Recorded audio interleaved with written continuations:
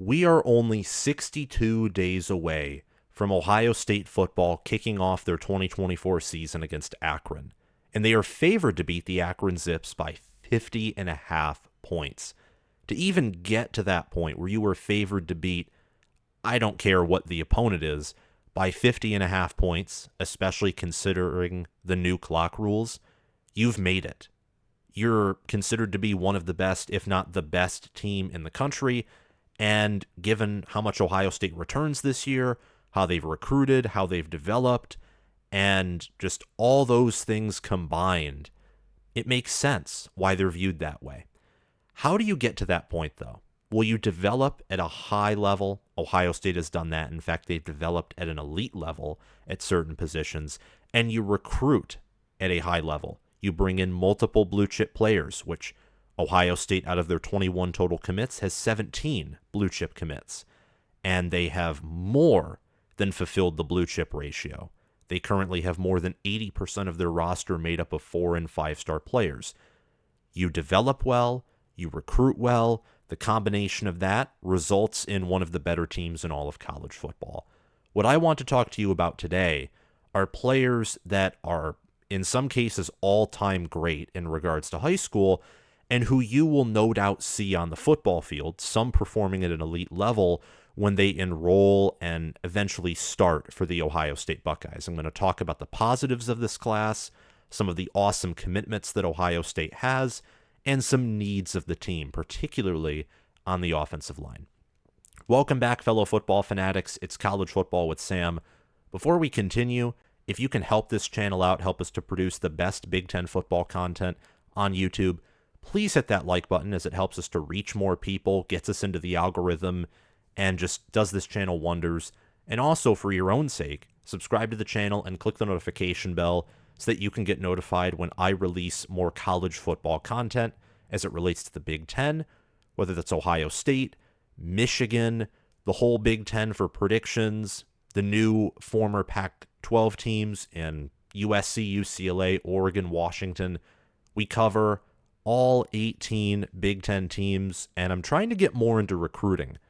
Even if it's just shorter videos like this one, recruiting is valuable as it gives me a better preview of the potential future rosters.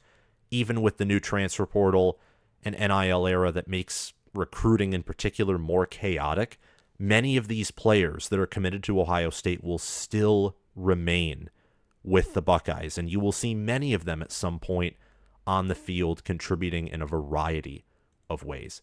I want to start out with the positives here, and also comment your thoughts down below on this recruiting class. And I'm not really into recruiting all that much. It's important, I pay attention to it, but it's not my passion. So many of you, especially on this topic, probably have greater knowledge or are more closely following recruiting updates than I am. So let me know in the comments some players who you are pretty certain are going to be Ohio State Buckeyes and will be a part of this recruiting class. Some positives are obviously a Tavien St Clair, for example, who has over a 4-to-1 TDINT ratio in his high school career. Add in the fact that you have Julian Sayin, you have Devin Brown, you have Lincoln Keenholz, you have Air Noland, and Will Howard is the only one who's going to run out of eligibility after this season. I imagine 1, maybe 2 transfer out, but that still leaves you in a great position at the quarterback position, as Julian Sayin is a true freshman, and he's already being viewed very positively, not just by myself, but by many other analysts and people closer to the program, certainly, than I am. Devin Brown, his potential's been talked about. Same with Lincoln Keenholz. And Air Noland was highly recruited out of high school and was a riser in the recruiting rankings. And right now he's still with Ohio State's program, despite some rumors from a few weeks ago that he wasn't. This quarterback room's very deep, and adding St. Clair, who's the number 2 quarterback in his class right now, could be the number 1.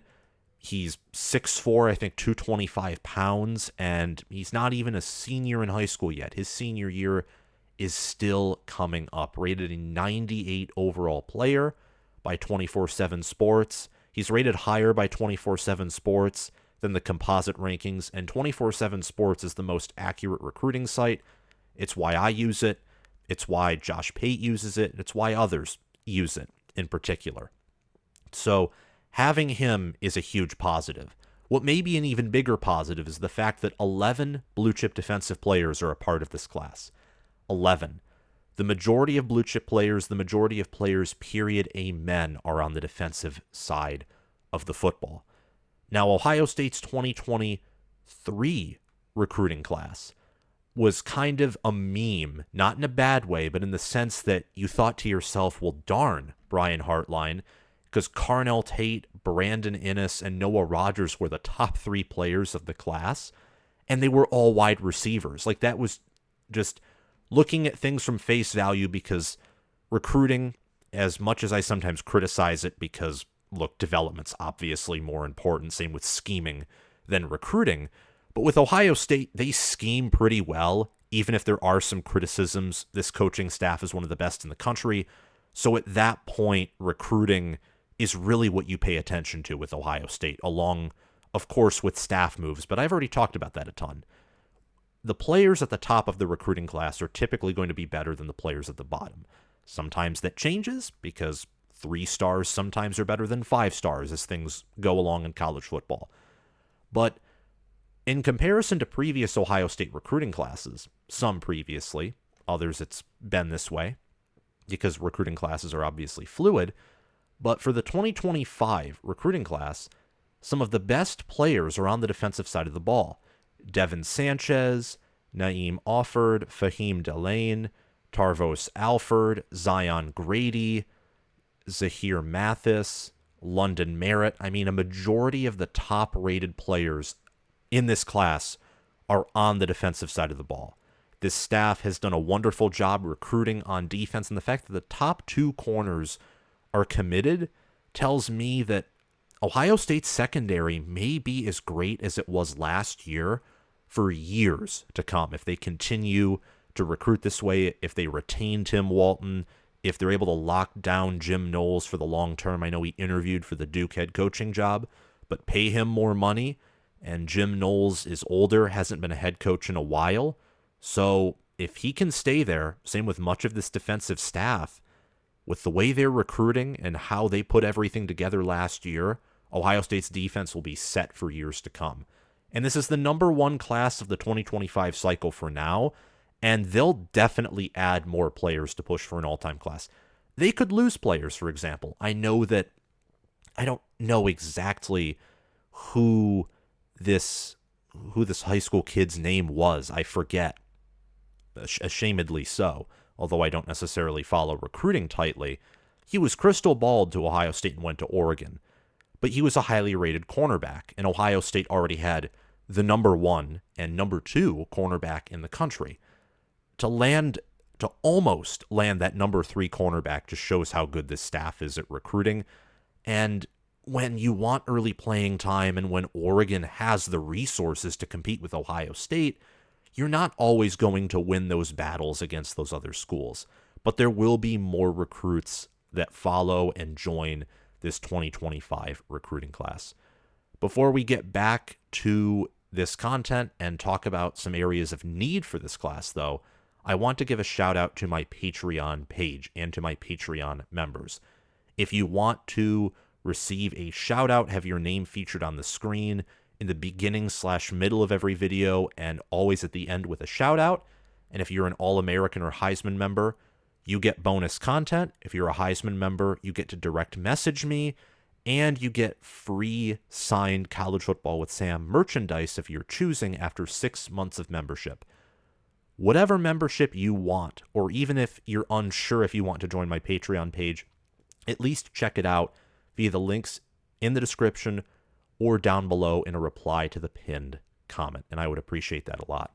Also, visit my merchandise store, again via a link down in the video description and below in a reply to the pinned comment. You can get an Ohio State-themed College Football with Sam t-shirt. You can get a hoodie that's either in a black or white color. You can even get a College Football with Sam mug if that's your thing, or if you're not an Ohio State fan but are a fan of another Big Ten school, don't worry. Every Big Ten school has a theme with our t-shirts. So check that out as well. But let's get back to it and talk about some critical needs of this team. This is something that I've told people because when I thought about Ohio State's offensive line, Justin Fry has a good reputation. The 2022 offensive line was actually one of the better offensive lines that Ryan Day's had. It was certainly better than the 21 unit, much better than last year's unit. So I thought to myself, it can't just be Justin Fry, or if it is, maybe it's not exclusively his development. So I did some digging, and over the past 4 cycles, Ohio State's actually been out-recruited within the conference. This isn't even counting the new Pac-12 schools who, with Oregon and USC in particular, are good recruiting schools. This is the former 14, and in the Big Ten East. And then if you look over the past 2 cycles, it's multiple schools. I don't exactly know about Oregon as it relates to recruiting on the offensive line, but with how they've developed and the fact that Josh Connerly Jr.'s a 5-star, for example, they got Johnny Cornelius through the portal. I imagine they also are there with Michigan and Penn State in out-recruiting Ohio State on the offensive line over the past 2 cycles. Ohio State brought in Seth McLaughlin through the portal, and they only lost Matthew Jones. They returned the majority of their starting offensive line. They did lose some depth pieces, but not a ton. I know Enoch Vimahi transferred to Washington, for example. But the average age is in seniority, like freshman, sophomore, junior, not the exact age. The average age of Ohio State's starting offensive line is similar to Penn State's and to Michigan's, despite the fact that Penn State and Michigan lost more starters. Penn State and Michigan also only brought in 1 offensive line transfer. And you look at the 2 deep, and Michigan is actually older than Ohio State in the 2 deep, and Penn State is of similar age. And Penn State has brought in Jevin Williams, Alex Birchmeyer, who were close to 5 stars on the offensive line. Michigan has brought in Blake Frazier. They've brought in Evan Link, Connor Jones, and Josh Preby was a good interior offensive lineman for the Big Ten last year. He transfers in. Miles Hinton was highly recruited out of high school. He transferred in last year. He's pretty good when healthy. Should be Michigan's best offensive lineman this year. Penn State even got Cooper Cousins, who looked great in their spring game and was one of the best offensive linemen out of high school in the country last year. Ohio State, I cannot stress this enough. You can recruit wide receivers and running backs and quarterbacks as much as you want. Heck, maybe you can have an elite defense combined with those things and be one of the best teams in the country and win or compete for national titles. But if you were outmatched in the trenches, especially on the offensive line and even the defensive line, Ohio State's weakness on defense again last year was its front. The secondary, statistically and watching them, was much stronger than the front. More consistent, even had a higher ceiling. To not have a massive advantage in the trenches when you recruit at the level you do at every other position is concerning. It speaks to a potential lack of development and a lack of recruiting combined at that position. I'm really talking about the offensive line here. Larry Johnson has done a good job of recruiting on the defensive line, and last year with Jack Sawyer breaking out and the defensive tackle room being as strong as it is, he hasn't developed a Chase Young or Bosa brother caliber defensive lineman, but those are generational players. I mean, this defensive line is the best that Ohio State's had since, 2020, 2019. It's a great elite unit, so I'm mainly talking about the O-line here. This is a prove-it year for Justin Fry, and in part for the offense and Ryan Day too, because even if the receiver core is elite, Jeremiah Smith, let's say he's as good as Marvin Harrison Jr., Igbuka is healthy, Will Howard looks better than he did at Kansas State, which I think is really all you can ask for, and the run game at times is explosive, particularly against opponents that do not have an elite defense or an elite defensive line. But then against Michigan, or maybe against Penn State with their pass rush, or maybe Oregon's defense plays to the caliber that many Oregon fans and some analysts are saying they will. They're saying they could be an elite defense this year. What will happen? The offense will be inconsistent. It will be frustrating to watch. It will be like last year, except if Kyle McCord could scramble in the pocket and maybe get an extra decent play. It won't be enough to be a favorite to win the national championship, and I'd say especially to beat a team like Georgia, where Georgia does not have, they have weak links, like positions on their roster that they wish could be better because no team is perfect, but they have no area that's really questionable. The closest unit I can think of for Georgia is their defensive line. At worst, that unit's going to be near elite. Ohio State's offensive line at worst could simply be average, and a near elite defensive line will crush an average offensive line. This is more so for the future as we're talking about recruiting, but I think Ohio State's roster, as I've expressed previously, year in and year out will be able to compete for the national title. They recruit too well, they develop too well. It's why I'm against the whole national title or bust narrative surrounding Ohio State. If they don't win it all this year, as long as they beat Michigan and or win the Big Ten and win some playoff games, well, next year they can compete for it again, is kind of my point. Landing a player like David Sanders Jr. and retaining Carter Lowe, Jake Cook, and landing maybe another one or two, given some of the thinness at this position, would be critical, I think, for the success of Ohio State's offense in the future. It would help out Chip Kelly. Chip Kelly is bringing the scheme, the finesse to improve the ground game. He's doing those things. His scheme is much better, I think, than what Ohio State had in place last year and years before that in regards to the ground game. A lot more motion, a lot more attack, and Will Howard is going to run the ball more than C.J. Stroud did. He'll be Ohio State's most aggressive quarterback on the ground since Justin Fields. What would help that style of play, what would help really turn Ohio State's offense from really more of a spread that can only function at an elite level in the passing game and help it function at an elite level in both the ground and pass attack, would be an elite offensive line. And recruiting at a high level there would be a phenomenal start. Even if Justin Fry, let's say, is fired at the end of this year and the offensive line is average this season, bringing in these highly touted prospects and then hiring an elite offensive line coach after theoretically Fry is gone will help the program in the long term. That's something that I do like about recruiting, is it's not just about this year. It's about the long term as well. And a long-term need for Ohio State is, don't let Michigan and Penn State, who don't recruit even close to you at any other position on offense except for maybe tight end and some years running back and anywhere on defense in general, don't let them out-recruit you on one of the most important positions, not just for Big Ten play, but for college football play, the offensive line. That's all I have to say in this video. Thank you to Crash2488 and Braska Rascal for sponsoring this video and channel as Heisman members. Thanks to Chris Lane and Connoodle OH and Ismar for sponsoring this video as All-American members. And thanks to John Lynn, Roaming Gnome, Matthew Sale, Austin Christmas, and Janisha Cockrell for sponsoring this video and channel as all-conference members. Have a great day, guys, and I will see you all very soon. Expect more brief videos like this one as it relates to recruiting. See you soon.